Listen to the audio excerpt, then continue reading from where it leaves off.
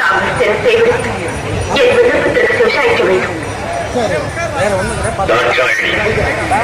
அனைத்து உணர்ந்தவள் ஆத்திரப்படும்படி ஏதும் கேட்க மாட்டாய் என்பதை நமக்கு தெரியும்.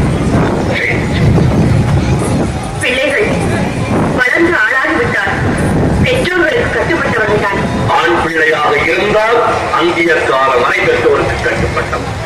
பெண்ணாக பிறந்துவிட்டால் பருவம் அடைந்த பிறகு மற்றொருவருக்கு மாறிட்டு விட்டால் கணவனுக்கு தான் கட்டுப்பட்டவன்.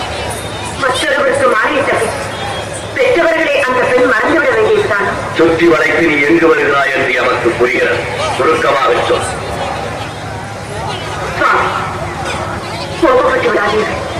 மறுபடியும் மன்றாடி கேட்டுக் கொள்கிறேன். என்ன கேட்கப் போகிறாய்? என் தந்தை நடத்தும் யாகத்திற்கு சென்று வர வேண்டும் என்று மனதில் தோன்றது. உத்தரவு கொடுப்பீர்களா? பிறந்த வீட்டிற்கும் புகுந்த இடத்திற்கும் விரோதம் ஏற்பட்ட பிறகு பெண்ணாக பிறந்தவள் இருப்பதை விட இறப்பதே மேல். தந்தையின் சுவாசம் என்னையும் மீது வளர்த்து வந்துவிட்டது. தவறுதான் என்னை மன்னியுங்கள்.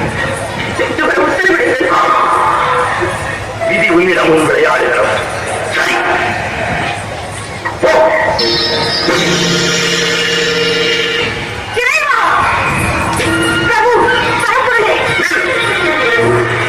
எங்கு வந்தாய்?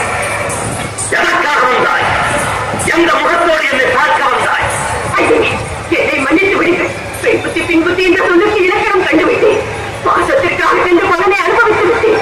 போதும் நான் அனைத்து மறந்த அடியாரை ஏற்றுக்கொள். என்னோடு சேர்ந்து வாழும் வாக்கியம் இனி உனக்கு கிடையாது. சோதித்தது போதும்.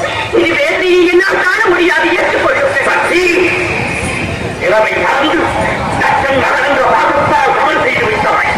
தக்க தண்டனை நீ என்னை